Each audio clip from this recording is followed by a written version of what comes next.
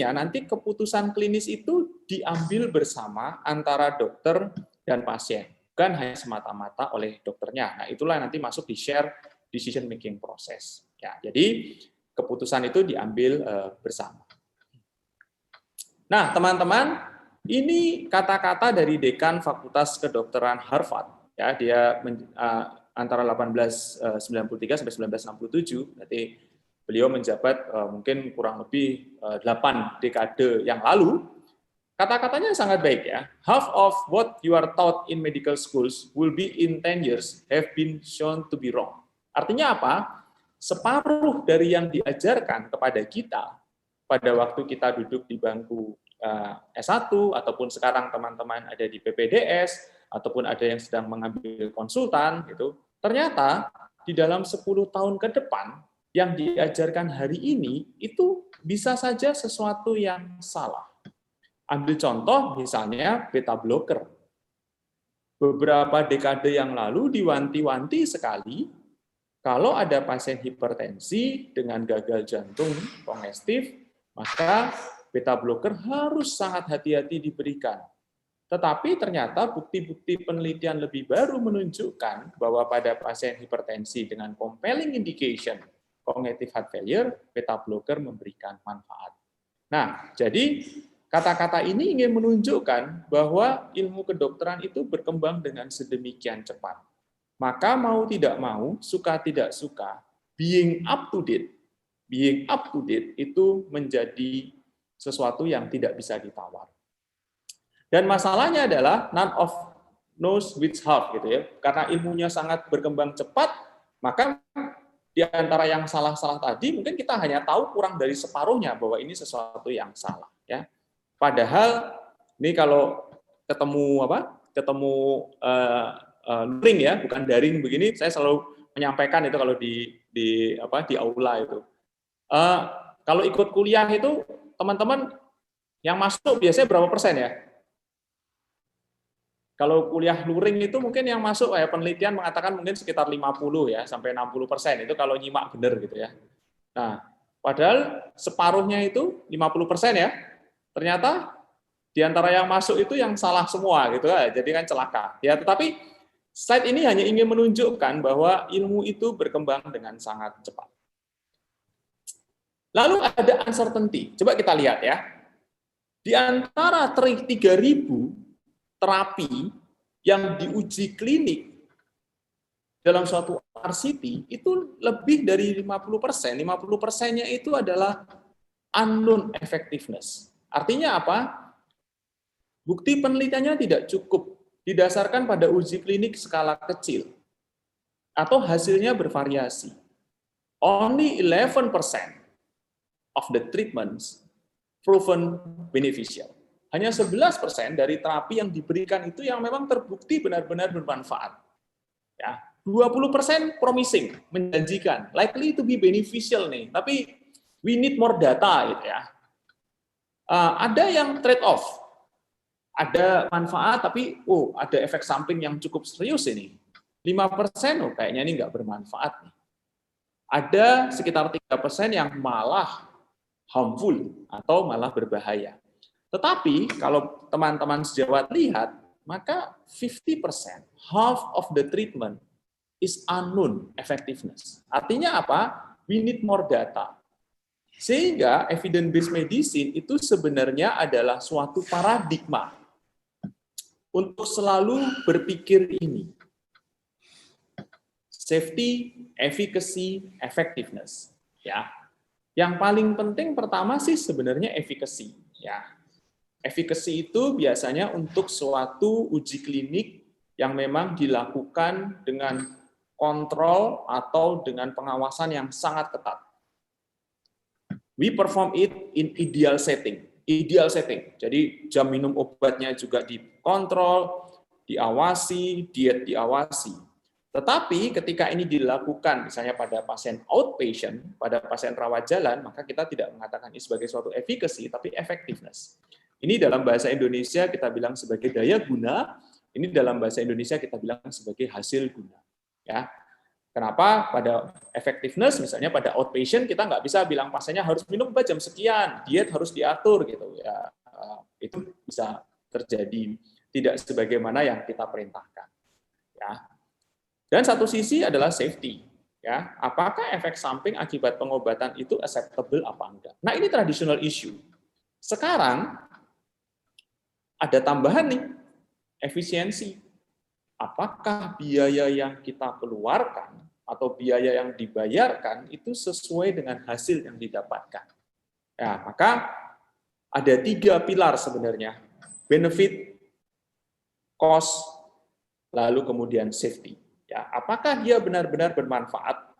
Apakah dia benar-benar aman? Lalu bagaimana dengan cost-nya? Sehingga ketika teman-teman, para sejawat dihadapkan pada pilihan pengobatan, misalnya ada A, B, dan C, maka pilih dulu yang terbukti bermanfaat. Kalau ada 2 pilihan, sama manfaatnya, pilih yang paling aman, paling safe. Kalau ada 3, sama manfaatnya, sama amannya, pilih yang paling murah. Itulah konsepnya. Nah, tentu nanti kita tetap harus belajar bahwa ini adalah clinical effectiveness, ya, berbasis pada hasil-hasil penelitian, dan dia efisiensi, dan semuanya sih demi patient safety, ya, sehingga nanti pelayanan yang berpusat atau bersenter kepada pasien. Nah, apa sih itu evidence-based medicine? Evidence-based medicine itu adalah integrasi antara base research evidence. Nah, teman-teman, ada kata-kata yang penting di sini, adalah base. Artinya apa? Bukti penelitian itu sangat banyak. Sehingga di dalam EBM kita harus memiliki keterampilan untuk bisa memilih manakah yang paling baik, ya, the best evidence. Nanti sebentar lagi kita akan belajar hierarki atau piramid evidence. Jadi nanti yang dipilih adalah yang di puncak piramidnya. Kenapa? Karena itu best evidence. Ya, tetapi digabungkan dengan clinical expertise, dan saya yakin teman-teman hari ini lalu dalam perjalanan beberapa tahun ke depan itu sebenarnya sedang ini kan menunjang untuk memperdalam keahlian kliniknya, clinical expertise. Tetapi jangan lupa ada patient value. Apa sih nilai-nilai dan harapan yang ada pada pasien? Nah, sehingga di dalam bahasa yang simple, sebenarnya evidence-based medicine itu adalah paradigma. Paradigma itu adalah cara pandang untuk menggunakan secara eksplisit, ya, hasil-hasil, teman-teman tolong dilihat 2 kata kunci ini, current and best. Jadi terkini dan terbaru. Artinya apa? Kalau kita mendasarkan praktek kita dari suatu panduan praktek klinik atau evidence-based clinical practice guideline, misalnya tahun 2010, maka hati-hati, jangan-jangan itu sudah tidak update, karena it is not the current knowledge. Ya. Di sisi lain, harus ini best. Nah, saya yakin teman-teman sudah sangat familiar dengan beberapa istilah penelitian. Ambil contoh, saya berdiskusi dengan seseorang kolega. Mana obat yang paling baik yang harus kita pilih, obat A atau obat B? Kolega tadi mengatakan, based on the randomized control clinical trial, RCT, pada 2.000 orang, obat A lebih baik. Maka pendapatnya beliau itu termasuk yang best evidence, karena RCT itu levelnya tinggi. Lalu saya mengatakan, oh tapi menurut pengalaman klinis saya, lalu ada paper dari laporan kasus obat B lebih baik. Maka laporan kasus itu levelnya lebih rendah daripada suatu RCT. Maka teman-teman nanti harus melihat memiliki keterampilan untuk menggunakan current and best evidence. Ya, dari hasil-hasil penelitian untuk membuat keputusan-keputusan terhadap pelayanan pasien secara individu. Ya, jadi itulah evidence-based medicine. Nah, ini pilarnya, individual clinical expertise, itu tetap harus diasah, dan saya yakin teman-teman dalam proses untuk mengasah ini, di sisi lain kita harus menggunakan best external evidence, ya, dibukti dari hasil penelitian yang terbaik dan terkini, dan di sisi lain jangan pernah melupakan nilai-nilai dan harapan yang ada pada pasien. Ambil contoh, misalnya seorang pasien dengan cerebral metastase dari non-small cell lung carcinoma. Maka tugas kita sebagai seorang dokter, misalnya saya neurolog, sesudah saya mendapatkan semua bukti bahwa ini memang mengarah pada suatu cerebral metastase dari suatu non-small cell lung carcinoma, maka saya akan sampai ke sini. Apakah pilihan-pilihan yang terbaik untuk pasien ini? Apakah kombinasi kemo radiasi? Apakah whole brain radiation therapy alone? Apakah kemo alone? Atau apakah hanya konservatif dengan steroid saja? Maka dari hasil-hasil bukti penelitian tadi, inilah yang lalu kita sampaikan kepada pasien dan keluarganya. Di sini ada harapan dan nilai-nilai yang ada pada pasien. Sehingga nanti yang tadi, dampak terakhirnya adalah yang di slide pertama, yang paling bawah. Share decision making process. Artinya keputusan untuk mengambil apakah pilihan terapi yang paling baik itu didasarkan pada pemahaman bersama. Tentu kita hidup di negara di mana literasi atau kemampuan melek media, melek kesehatan masyarakat kita itu disparitasnya sangat lebar. Sehingga bisa saja teman-teman ketika ini diterapkan malah bingung sendiri pasiennya. Bu, ini kalau dikasih radioterapi, median survival time-nya 6 bulan. Kalau kemo, radioterapi 9 bulan. Kalau kemo alone 4 bulan, kalau steroid saja 3 bulan. Gitu. Kita udah panjang lebar menjelaskan itu, lalu jawaban pada pasiennya, pun kulon derek mawon. Yaitu artinya kita tetap harus melihat literasi, kemampuan untuk mencerna. Tapi harapannya adalah integrasi dari 3 ini. Nah, sehingga di era sekarang, inilah yang penting dari suatu EBM. Seringkali teman-teman juga harus menjadi pembimbing dalam tanda kutip bagi pasien yang mungkin memperoleh informasi-informasi yang salah. Ya. Sehingga kalau zaman dulu itu paternalistik dokter ya. Paternalistik dokter itu ya berarti dokternya lah yang menentukan whatever he or she want to give to the patient. Apapun itu ya sudah. Dan ini berdasar daripada opini atau berdasar daripada pengalaman. Sehingga beberapa dokter misalnya mengatakan, oh berdasar pengalaman saya obat ini adalah yang terbaik. Apakah itu tidak boleh? Jawabannya boleh. Tetapi itu harus ditunjang oleh bukti-bukti ilmiah yang terkini dan terbaik. Jangan sampai ditanya, berdasar pengalaman saya obat ini yang terbaik. Taunya bagaimana dok kalau ini yang terbaik? Kalau saya kasih obat ini pasiennya tidak pernah balik. Nah, tidak pernah balik itu kan bisa mati, bisa pindah dokter, dan sebagainya. Jadi harus ada bukti-bukti yang objektif.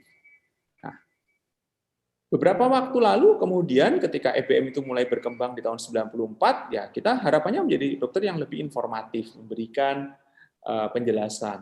Tetapi saat ini tuntutannya adalah share decision making process. Dokternya memberitahu semua pilihan, lalu kemudian dia juga ada umpan balik dari pasien, apakah dia paham atau tidak, lalu kemudian ini diambil sebagai suatu keputusan bersama. Nah, sehingga dulu misalnya ya hanya professional expertise saja. Ini based on the experience based medicine. Jadi berdasar pada pengalaman, ya.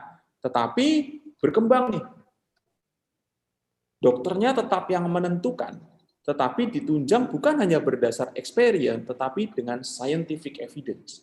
Dia baca jurnal, dia yakini ini suatu yang bagus, lalu dia memberikan terapi ini pada pasien, tetapi itu only based on his or her opinion. Tidak berbasis dari apa yang dia sampaikan, apakah dimengerti oleh pasien, apakah pasien ikut di dalam pengambilan keputusan tadi. Nah, yang sekarang sih harapannya ini nih. Triple, ada share decision making process, ya. Nah, halo? Ya, ada yang mau komentar? Iya, gimana? Ada yang mau komentar? Enggak. Oh, ya. Nah, dan di sisi lain nanti kita harus ada ini juga nih. Ada data-data besar atau big data approach ya, yang mengumpulkan hasil-hasil bagaimana sih ketika obat itu benar-benar atau terapi itu benar-benar digunakan di populasi. Ya, jadi tapi biasanya sih di sini saja ini EBM itu adalah ini ya. Jadi menggabungkan expertise, evidence, lalu patient value and expectation. Nah, teman-teman, ini adalah 5 langkah EBM yang biasanya kita singkat 5A. A yang pertama adalah ASK. Asking answerable clinical question. Pertanyaan ini bisa muncul dari pasien. Ya, beberapa waktu yang lalu seorang pasien epilepsi yang berobat sejak remaja sampai sekarang terkendali cukup baik, lalu akhirnya menikah. Lalu dia datang dan bertanya, "Dokter, saya sekarang hamil, saya minum obat anti epilepsi, sekarang dalam proses tapering off tapi belum lepas, apakah obat anti epilepsi misalnya ini phenytoin yang saya konsumsi itu aman untuk janin saya?" Maka pertanyaan pasien tadi akan sampai ke kita. Lalu kita bertanya pada diri sendiri, oh aman nggak ya? Maka bisa saja kita lalu mencari evidence. Ya, apakah pada pasien penderita epilepsi yang hamil, paparan phenytoin itu meningkatkan risiko cacat janin? Pertanyaan tadi kita acquire, kita cari di mana jawabannya. Ini kita cari di mana jawabannya. Kita akan ketemu berbagai literatur, kita pilah-pilah. Nah, proses memilah-milah inilah yang kita bilang sebagai appraisal, telaah kritis. Di sini kita akan melihat hierarki daripada evidence. Ya, apakah yang satu didasarkan pada studi kohort jangka panjang, yang satu hanya laporan kasus, maka laporan kasus ini letaknya lebih rendah daripada studi kohort jangka panjang. Yang satu dari case control, maka case control ini ada di antara kohort dan laporan kasus tadi. Yang satu berbasis opini, maka opini yang paling rendah. Ya, jadi ini ada yang disebut sebagai hierarchy of evidence. Setelah saya membaca tadi, meng-appraise, lalu saya sampai pada suatu keputusan dan di-apply. Ya, apply. Di-apply-kan, diaplikasikan. Oh, ternyata di antara pilihan-pilihan obat anti epilepsi yang ada, phenytoin tetap memiliki risiko untuk spina bifida, ada risiko untuk meningokel, tapi risiko itu kecil, risiko itu bisa dikurangi dengan pemberian folic acid dosis tinggi. Nah, lalu diaplikasikan, lalu kemudian diakses. Bagaimana sih ketika itu diterapkan? Ya, ini juga bisa muncul dari diri kita sendiri. Ada obat A, ada obat B, ada obat C untuk penyakit X. Ya, manakah yang paling baik? Maka ini adalah asking answerable question. Ya, jadi 5A, ask, acquire, appraise, apply, lalu assess. Assess itu juga bisa disebut sebagai audit. Lalu kemudian kita melihat apakah sesudah ini diterapkan, maka mana hasil dari penerapan EBM tadi. Nah, teman-teman, sehingga sih kita akan ada dua nih, ada knowledge provider, ada knowledge user. Saat ini sepertinya sebagian dari teman-teman yang hadir ini akan lebih pada knowledge user. Nanti mungkin ketika teman-teman mulai penelitian, mulai publikasi, maka Anda akan menjadi knowledge provider. Ya. Nah, ask, lalu dia mencari, acquire, cari datanya, ya. Lalu price. Price ini adalah suatu telaah kritis yang membutuhkan keterampilan metodologi untuk menilai ada nggak bias dari penelitian-penelitian ini. Apakah penelitian ini penelitian yang valid apa enggak? Lalu diaplikasikan. Ya. Lalu diaplikasikan. Nanti kita akan melihat ada beberapa sumber yang dimana karena teman-teman juga memiliki keterbatasan waktu, maka bisa langsung menjujuk itu directly melihat dulu mana sumber-sumber yang memang valid, ya, atau yang kita sebut sebagai sudah filtered. Filtered itu sudah apa? Sudah difiltrasi, sehingga yang masuk di sana adalah informasi atau bukti-bukti ilmiah yang memang sudah terbukti baik. Lalu kemudian diaplikasikan, lalu kemudian kita audit. Ya. Nah, sehingga teman-teman melihat ini, di sini ada guideline. Jadi kalau punya pertanyaan, cari dulu yang paling tinggi. Guideline-nya ada nggak? Ini dalam bahasa Indonesia kita bilang sebagai panduan praktek klinik atau evidence-based clinical practice guideline. Oh, di guideline-nya belum ada, karena ini ternyata suatu penyakit yang jarang, maka saya cari systematic review-nya. Ada nggak systematic review-nya? Oh, ternyata juga belum ada, maka saya baru turun kepada RCT, cohort, dan sebagainya. Ya. Nah, sehingga langkah yang pertama adalah asking answerable question. Dan dari suatu EBM yang paling diharapkan adalah foreground question, not the background question. Foreground question itu adalah di mana pertanyaan ini sudah tentang choice. Jadi kalau dulu, maaf ya, ketika kita di level S1, itu kita pertanyaannya adalah 5W. What, where, when, why, kemudian who, gitu ya misalnya. Atau so what, atau how, gitu ya. Tetapi saat ini, misalnya, apa itu stroke? Itu berarti definisi, yaitu what. Ya. Siapa sih yang bisa kena stroke? Itu who. Ya. Tetapi ketika saat ini, maka Bapak Ibu sudah ada di foreground question. Itu about choice. Manakah yang lebih baik, antiplatelet tunggal atau antiplatelet ganda bagi pasien stroke iskemik untuk mencegah serangan? Maka kita akan harus bisa mengidentifikasi, kalau pertanyaan itu adalah pertanyaan yang baik, maka teman-teman akan punya PICO komponennya. Patient-nya siapa? Pada pertanyaan saya tadi, manakah yang lebih baik, antiplatelet tunggal atau antiplatelet ganda untuk mencegah serangan ulang pada pasien dengan stroke iskemik? Maka pasien atau populasinya adalah pasien dengan stroke iskemik. The common practice itu adalah antiplatelet tunggal, sehingga intervensi yang ingin dibandingkan adalah antiplatelet ganda. Pembandingnya adalah antiplatelet tunggal. Outcome-nya adalah serangan rekarensi. Sehingga kalau teman-teman nanti memiliki foreground question yang baik, maka teman-teman akan bisa mengidentifikasi PICO-nya ini. I-nya ini bisa diganti E ketika ini suatu exposure. Ya.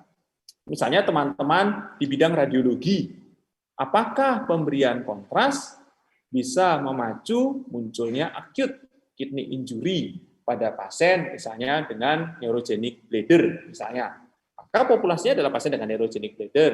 Intervensinya adalah pemeriksaan dengan kontras misalnya sistografi atau voiding sistografi.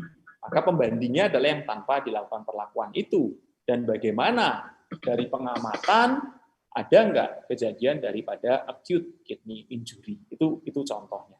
Saya yakin untuk konten pasti teman-teman lebih paham.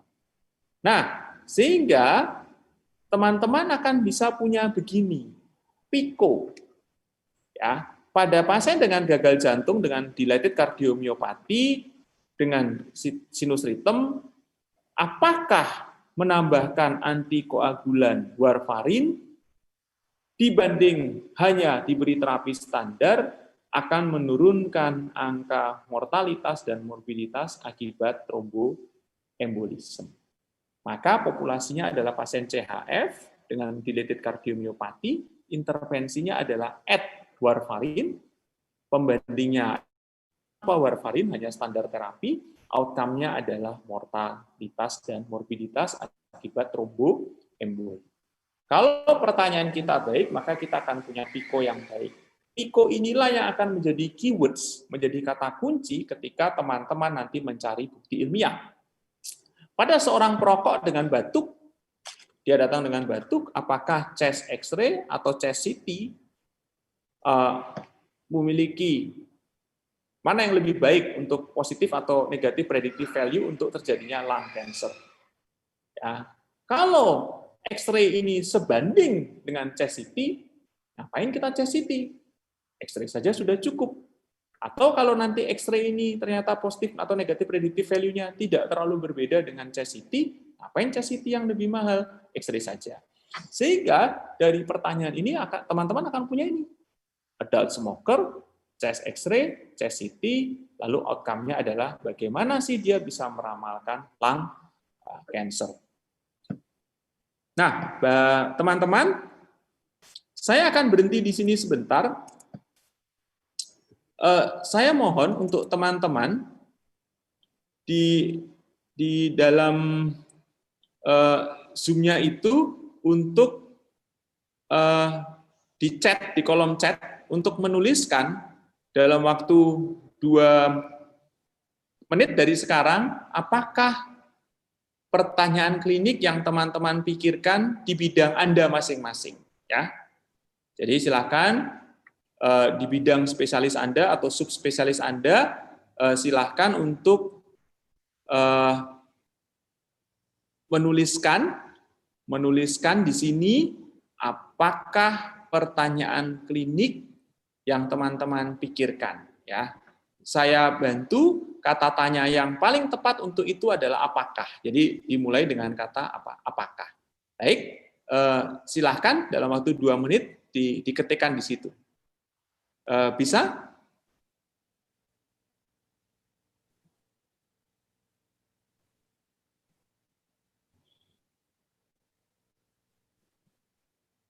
Di kolom chat ini, kolom chatnya kan ada kan kolom chat ya, diketik di situ aja ya. Oke. Baik, kita tunggu ya, 2 menit ya teman-teman.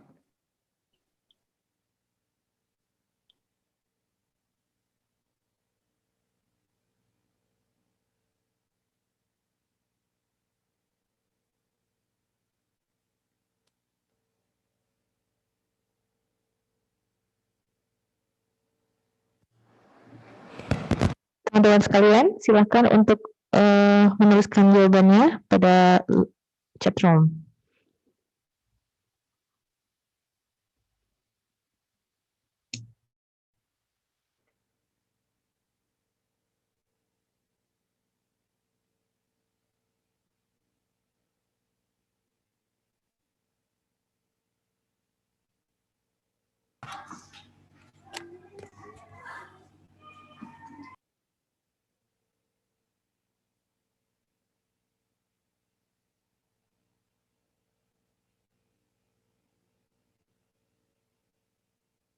Itu disuruh bikin.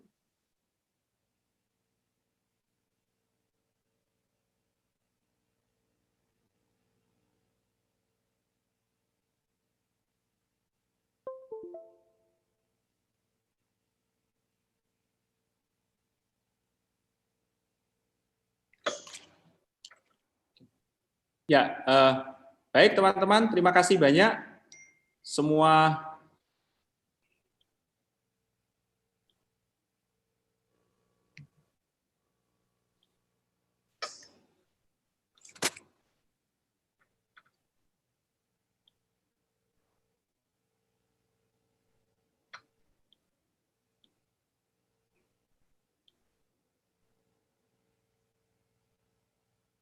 Iya. Baik, terima kasih. Suara saya terdengar kembali? Terdengar jelas. Terdengar. Baik. Nah, jadi memang ya, makasih banyak. Sekilas ya kita melihat teman-teman sudah menuliskan pertanyaan-pertanyaan klinik di bidang teman-teman dengan sedemikian baik ya. Nah, mungkin yang nanti teman-teman harus perhatikan benar-benar adalah ketika pertanyaan tadi sudah jadi dalam suatu bentuk kalimat tanya, maka pertanyaan yang baik harus punya 4 komponen ini. Jadi kalau nanti teman-teman tidak bisa menemukan satu komponen atau lebih dari satu komponen, maka teman-teman harus melihat kembali, ini jangan-jangan saya nggak pas nih pertanyaannya. Ya. Nah, nanti PICO-nya inilah yang akan menjadi kata kunci ketika kita mencari bukti ilmiah. Kita lanjutkan ya, sambil teman-teman tetap ini, saya bisa tetap melihat chat yang teman-teman kirim. Terima kasih banyak. Nah, sehingga ini yang kita sebut sebagai piramid evidence. Ini yang kita sebut sebagai piramid evidence. Nah, ini ada alamat-alamat yang bisa teman-teman pakai nanti ya, misalnya di Cochrane itu dari hasil suatu meta-analisis atau systematic review atau trip database. Nanti saya akan berikan teman-teman atau up to date. Nah, ini saya yakin banyak di antara teman-teman yang sangat familiar dengan up to date. Nah, yang kalau kita lihat di sini, ini semuanya adalah filter. Artinya apa? Ini adalah bukti-bukti ilmiah yang sudah terfiltrasi atau sudah dinilai oleh orang yang lain. Atau kalau teman-teman punya waktu lebih, nanti ikutin ini ACP Journal Club gitu. Kita akan dikirimi bukti ilmiah, lalu kemudian kita yang meng-appraise, lalu kita menyampaikan, in your opinion, in your peer review opinion, what do you think about this scientific evidence? Jadi ini yang sudah terfilter. Nah, bagi teman-teman yang lain, saya yakin sebagian besar akan mencoba mencari di PubMed. Nah, kalau ini di PubMed, maka kita akan masuk yang unfiltered. Ya. Tetapi memang akan lebih banyak yang ini nih, unfiltered. Yang filternya lebih sedikit. Dan biasanya bukti-bukti ilmiah yang terkini, yang terbaru itu masuknya mungkin di unfiltered dulu. Ya. Nah, ini yang hierarki. Jadi yang paling baik itu RCT, cohort, case control, case report atau case series, baru nanti yang ini, expert opinion. Ada beberapa hal di intervensi di bidang kedokteran yang mungkin nggak bisa dilakukan uji kliniknya, ya, sehingga biasanya sih expert opinion. Nah, sehingga kalau teman-teman lihat di sini, para sejawat lihat, ini adalah less time, less work. Kalau sudah ketemu Cochrane-nya, systematic review-nya bilang obat ini bermanfaat, selesai masalah. Ya, maka cari yang pertama sih di yang systematic review. But less evidence. Yang tadi saya sampaikan, mungkin bukti-bukti ilmiah yang terbaru belum bisa dibuat suatu systematic review-nya. Sehingga lalu carinya di PubMed, ya. Maka ini kita bilang sebagai apa? Unfiltered. More time, more work, tetapi lebih banyak more evidence. Nah, sehingga ini yang filter akan lebih baik lagi kalau sudah ini evidence based clinical practice guideline. Jadi yang teman-teman cari adalah PPK-nya. Kalau PPK-nya bilang bermanfaat, ya sudah itu diikuti. Itu juga sebagai pengaman hukum untuk kita semua, ya. Tetapi kalau nanti bisa saja itu tidak ada atau ini suatu kasus yang jarang, yang PPK-nya belum dibuat, maka bisa saja nanti ke yang unfiltered, yang RCT atau non RCT atau cohort. Bahkan kalau ini suatu kasus yang jarang, bisa saja nih hanya case series atau case control atau individual case report karena case-nya sangat jarang, ya. Begitu. Nah, ini beberapa alamat atau situs yang teman-teman bisa pakai, silahkan nanti. Jadi yang mencari di sini adalah yang ini dulu, gitu, termasuk yang ini nih. Ini isinya semua PPK, jadi Clinical Practice Guideline dari berbagai tempat itu masuk di sini. Kalau sudah ada, maka yang kita lakukan pertama lalu melihat nih, paper yang saya dapat, ini benar nggak? Sahih nggak?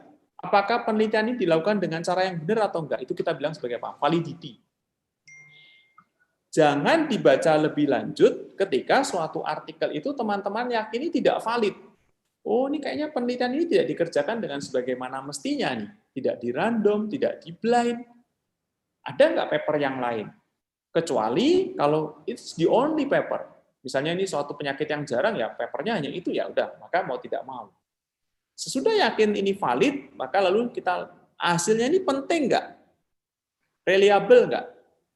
Lalu lihat di studi tadi dan pasien kita, apakah dia similar atau enggak? Applicable enggak? Yang di hadapan saya, pasiennya usia 84 tahun.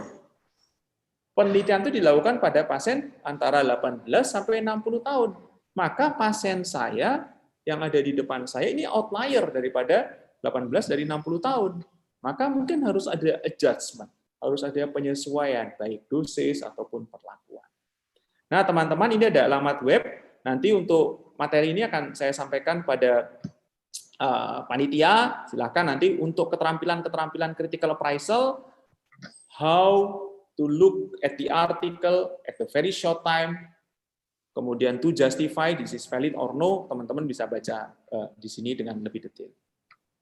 Ya, ini kenapa harus sangat bersikap kritis, ya, karena ini tidak semua yang dipublikasi itu reliable. tidak semua yang dipublikasi itu juga relevan dengan praktek klinik, ya. Sehingga lalu kemudian kita harus menilai secara sistematis. Ini contohnya. Bisa saja nanti applicable tuh gini, penelitiannya itu pada usia 18-64 tahun. Kan kita nggak bisa bilang kepada pasien yang datang ke kita, saya hanya menerima pasien usia 18-64 tahun, karena bukti ilmiahnya adanya di sini. Yang datang ke kita misalnya usia 85 tahun. Maka automatically ini adalah orang yang tidak terwakili kan di dalam uji klinik ini. Maka kita perlu tadi adjustment. Makanya tadi kalau yang satu sisi ada yang the big data, itu ada tujuannya untuk mengumpulkan bagaimana penggunaan obat di populasi yang lebih luas untuk melihat pada actual user, orang-orang yang tidak pernah terwakili di uji klinik. Anak-anak, ibu hamil, itu kan tidak pernah terwakili di uji kliniknya. Atau orang yang sangat tua. Ya. Nah, tentu ini hambatannya, ya, ini hambatannya tetap saja saya pikir time itu menjadi salah satu. Kalau skill saya yakin Anda ber-170 ini memiliki skills yang sangat baik untuk mencari, kemudian internet akses saya pikir juga tidak terlalu bermasalah di kita. Nah, cuman memang paradigmanya adalah untuk selalu bersikap skeptis, ya, sehingga ketika beberapa waktu yang lalu ada klaim misalnya kombinasi 5 obat bisa untuk memberantas COVID, maka orang lalu bertanya, mana nih penelitiannya nih, mana publikasinya nih? Ya, dicari nih. Lalu kita retrieve zero, ternyata nggak ada publikasinya. Dari manakah klaim itu muncul? Jadi itu paradigma untuk selalu bersikap skeptis. Nah, ini sebagai kesimpulan, jadi EBM itu adalah paradigma untuk menggunakan bukti ilmiah yang terkini dan terbaik, diimbangi oleh keterampilan klinis yang memadai, memperhatikan nilai-nilai yang ada pada pasien, untuk pengambilan keputusan klinik yang sifatnya individual, dimulai dari 5A, ask, acquire, appraise, lalu yang ini apply, ya, lalu kemudian assess, ya. Yang ini adalah proses di tengahnya, tapi pada umumnya adalah 5, untuk kemudian menggunakan ini piramid daripada evidence untuk pengambilan keputusan-keputusan yang critical dengan pertimbangan decision making proses bersama dengan pasien. Mungkin itu, saya pikir kita masih punya waktu sekitar 5-10 menit untuk diskusi. Apakah ada teman-teman yang ingin menyampaikan sesuatu? Silakan.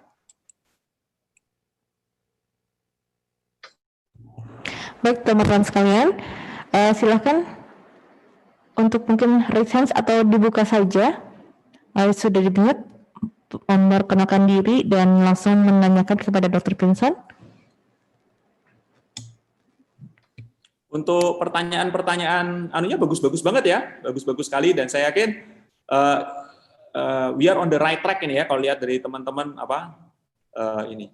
Sehingga misalnya kalau tidak diberi pembanding, ini berarti dia pembandingnya yang tidak diberi. Jadi misalnya nih ya, apakah pemberian citicoline efektif pada penanganan stroke awal, itu kan dia tidak disebut pembandingnya. Citicoline dibanding apa? Berarti asumsi kita comparison-nya adalah yang tidak diberi citicoline. Bagus-bagus banget pertanyaannya. Saya yakin nah ini juga nanti yang harus teman-teman lihat adalah apakah pertanyaan ini ada pertanyaan yang masih layak untuk diajukan, apakah belum konklusif gitu ya, nanti ya itu harus dicari. Baik.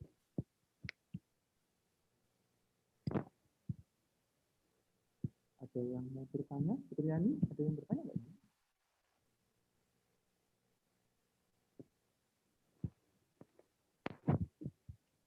Oh ya, randomized. Apa beda randomized clinical trial dengan randomized control trial ya? Pada prinsipnya sih sebenarnya istilahnya sama, cuman kata-kata kontrol itu untuk menekankan bahwa ini ada kelompok pembanding ya. Tentu pasti sama ya. Jadi ketika suatu RCT ya tentu dia ada kelompok pembanding. Jadi RCT itu selalu ada cirinya. Ya, dia harus ada randomisasi, perlakuannya harus lebih dari 1. Ya, jadi kalau kita perlakuannya cuma 1, diukur sebelum sesudah, itu namanya kuasi eksperimental. Tapi kalau ini RCT, maka perlakuannya lebih dari 1. Pada prinsipnya ini sama ya. Jadi pada prinsipnya apa? pada prinsipnya sama, beda istilah saja. Ada lagi yang mau bertanya?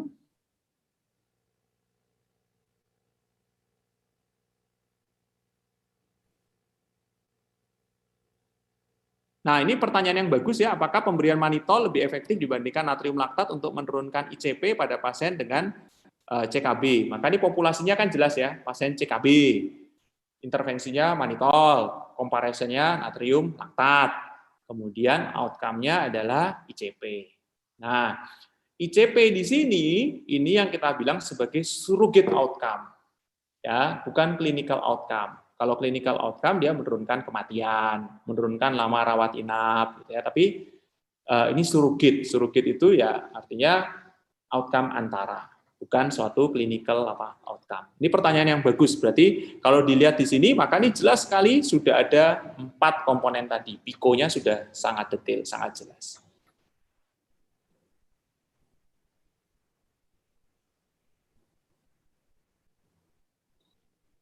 Ada yang ingin diklarifikasi atau ditanyakan?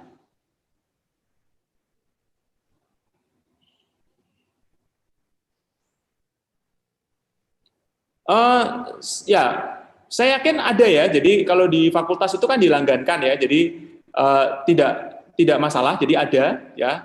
Kemudian saat ini apa namanya?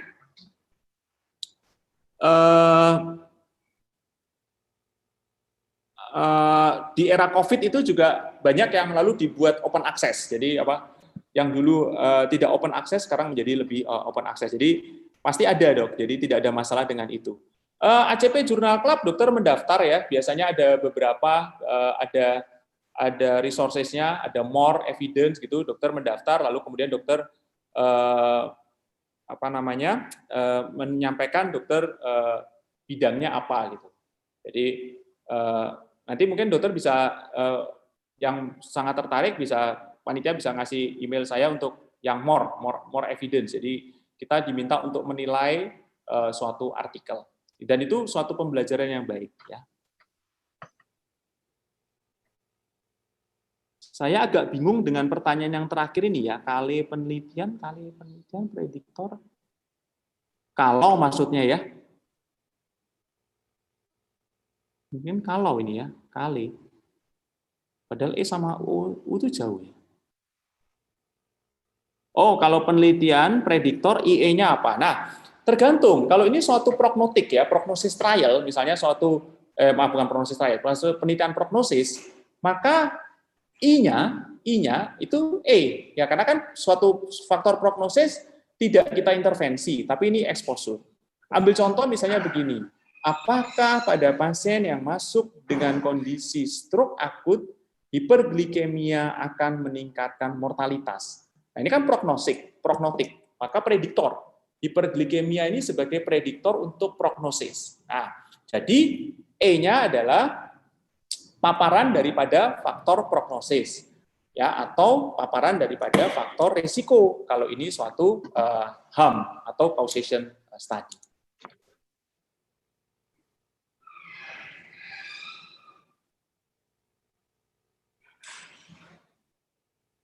Ada lagi?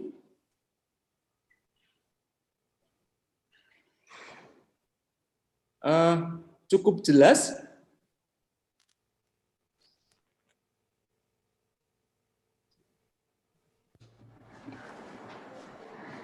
Silakan teman-teman sekalian. Karena Dr. Pinson ini sangat sibuk ya, Dok. Jadi kami pun panitia senang kalau ada Dr. Pinson, jadi ikut belajar lagi. Oke. Yang ini PPV sama NPV. Kita langsung jawab aja ya. Sampai nanti, tolong panitia ngingetin saya kalau waktunya memang udah habis atau pembicara berikutnya udah datang. Jadi PPV itu positif predictive value. Kalau NPV itu negatif predictive value. Ya, karena ini suatu kuliah pengantar, memang saya tidak sangat detail untuk menjelaskan PPV dan NPV, lalu kemudian ada sensitivitas dan spesifisitas. Jadi kalau sensitivitas misalnya adalah di antara orang yang sakit, ya berapa yang hasilnya positif, itu sensitivitas. Kalau PPV itu di antara orang yang hasilnya positif, berapa yang benar-benar sakit. itu nanti jadinya tabel 2x2, tapi karena keterbatasan waktu, saya pikir nanti mungkin teman-teman akan dapat ketika lebih advance daripada suatu kuliah pengantar. Pasti beda ya, pasti beda. Ya, kualitas jurnal Q1, Q2 tentu ada beda. Jadi gini, yang membedakan adalah ketika sumber daripada yang teman-teman dapat itu didasarkan pada jurnal yang misalnya terindeks Q1 atau kalau di Indonesia terindeks Sinta 1 atau Sinta 2, it means that this article has been reviewed by the peer dengan proses yang cukup ketat. Ya, prosesnya itu cukup ketat. Artinya apa? Ketika dia berhasil dipublikasi, itu prosesnya sangat-sangat sedemikian ketat. Ambil contoh, kalau teman-teman misalnya mau publikasi di jurnal misalnya Frontiers Neurology, maka dia sudah langsung ngasih checklist tuh, yang kita sebut dengan consort. Kalau teman-teman mau penelitian untuk randomisasi control trial dan mau publikasi, ini harus terpenuhi semua. Dengan demikian, yang berhasil dipublikasi adalah benar-benar penelitian yang memang validitasnya tinggi. Jadi yang membedakan cuma itu aja dong. Ya, jadi yang membedakan adalah kalau kualitasnya Q1 atau Q2 atau dia lebih ini dibanding yang tidak terindeks, ya misalnya tidak terindeks Scopus atau tidak terindeks di Sinta atau Sintanya indeksnya misalnya levelnya lebih rendah, bukan berarti penelitiannya tidak baik, tetapi untuk masuk ke yang gradingnya lebih tinggi, maka peer review, kemudian proses editing, proses review, ya itu menjadi memang lebih berat. Artinya kita berasumsi ketika itu bisa dipublikasi, berarti memang ini sudah melalui jalur panjang, jalur yang memang harus dilalui dan pasti hasilnya mungkin lebih baik. Ya. Mencari jurnal yang bereputasi, lihat saja terindeks nggak ya, terindeks apa tidak dia itu bereputasi. Jadi kalau dia terindeks, nanti kan teman-teman bisa lihat ya, begitu masuk webnya cari indexing, dia terindeks di mana, rankingnya berapa gitu ya. Tadi yang sesuai pertanyaan yang di atas tadi. Ya banyak tergantung teman-teman mau carinya yang filtered atau yang unfiltered. Kalau yang filtered, jujuknya ke Cochrane, ya, atau ke Clinical Practice Guideline. Itu jujuk itu bahasa Indonesianya. Anda langsung ke sana dulu. Baru nanti kalau tidak ada ya PubMed, ya PubMed. Nanti kalau di PubMed baru teman-teman lihat, ya. Itu juga ketika dapat beberapa, ya tadi konsepnya adalah apa? Current and base. Current and base. Cari yang terkini, maka kalau teman-teman di PubMed itu ada filtering. Jadi di sebelah sini itu ada filter kan. Teman-teman filter dulu, filtrasi dulu. Kalau bisa sih yang tahunnya di bawah 5 tahun, kalau bisa, ya. Tapi ada beberapa yang memang mungkin tahunnya sudah lama, ya nggak apa-apa. Tapi kalau bisa sih di bawah 5 tahun.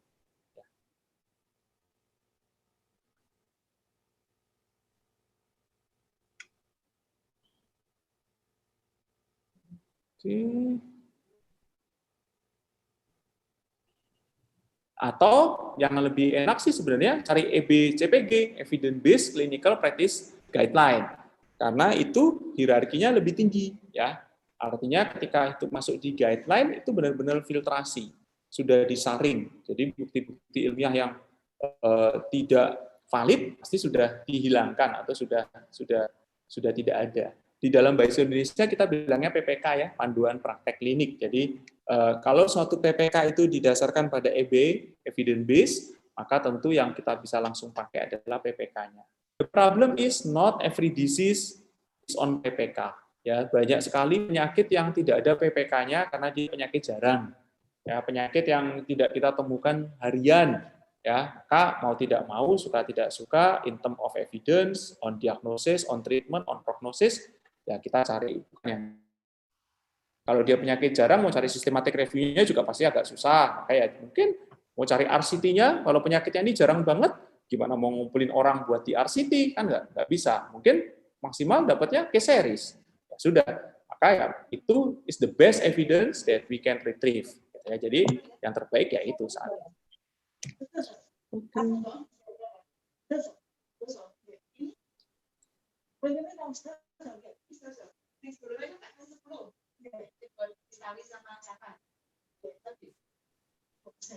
Ada lagi?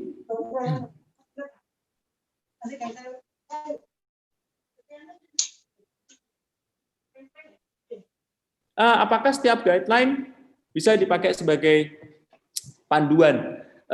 Tentu dilihat ya, dilihat. Jadi gini, kalau teman-teman baca di guideline, before you read the full guideline, ada yang teman-teman harus lihat, target. Jadi biasanya di guideline di halaman depan itu target. Targetnya itu adalah target population dan target audience. Kepada siapa guideline ini diajukan. Misalnya kalau teman-teman tidak masuk di situ, ada dokter spesialis, terus target audiensnya ini untuk farmasis, maka Anda harus lihat lagi ini cocok nggak guideline ini buat saya. Terus target population, misalnya ini suatu panduan praktek klinik untuk stroke, misalnya ya, terus di situ ditulis target population-nya adalah pasien stroke yang dewasa.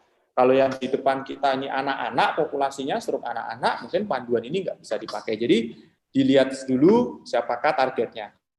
Itu sudah sesuai, maka kita harus lihat guideline-nya ini up to date atau enggak.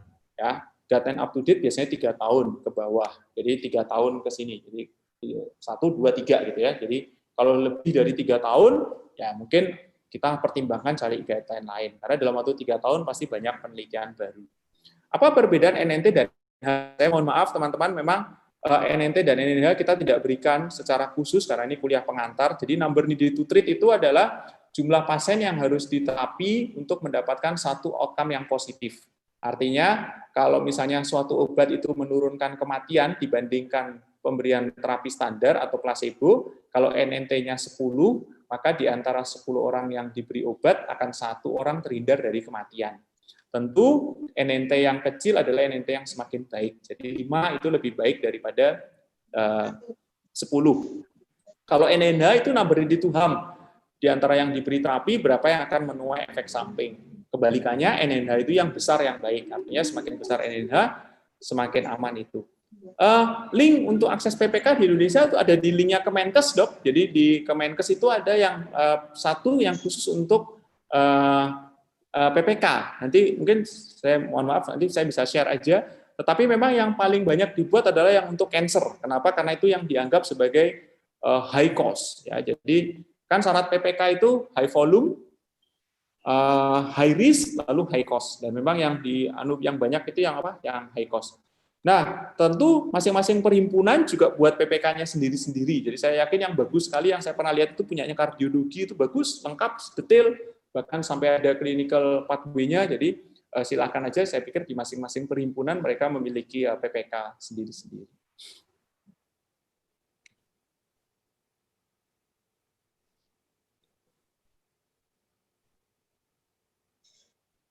Ada lagi?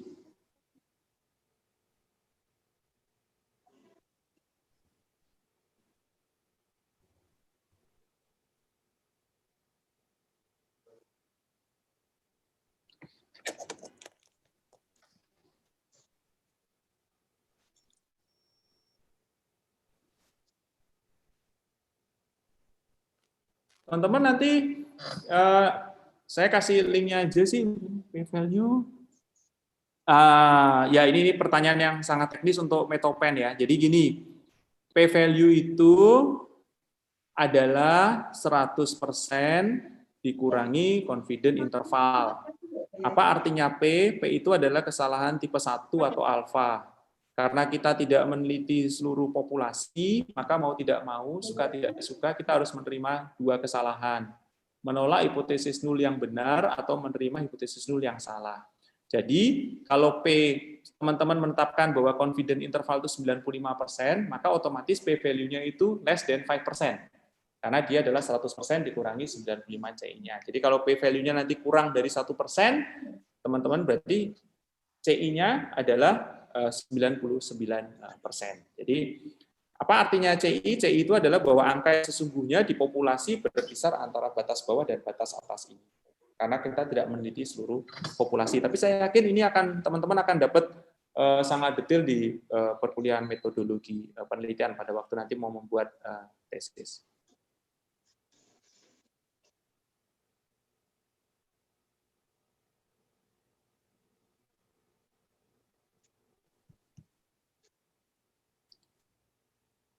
Baik, panitia, Dr. Yani? Masih ada lagi? Ya, selamat pagi dok. Teman-teman sekalian, adakah pertanyaan lagi? Habis ini masih ada kuliah ya? Iya dok, Masih ada? Oh, sudah datang? sudah hadir hari Oh, ini iya. Oke. Bu Eni. Oh ya, Bu Eni, ya. Saya pikir mungkin itu nanti aja Dr. Yani, saya akan share ininya slide-nya karena memang belum di-share kan karena ukurannya agak besar. Terus nanti feel free bisa diberikan kepada semua teman-teman. Nanti kalau ini ada alamat email, jadi itu tuh bisa jawabannya tergantung panitia ya dikasih buat Pak Tri Agung.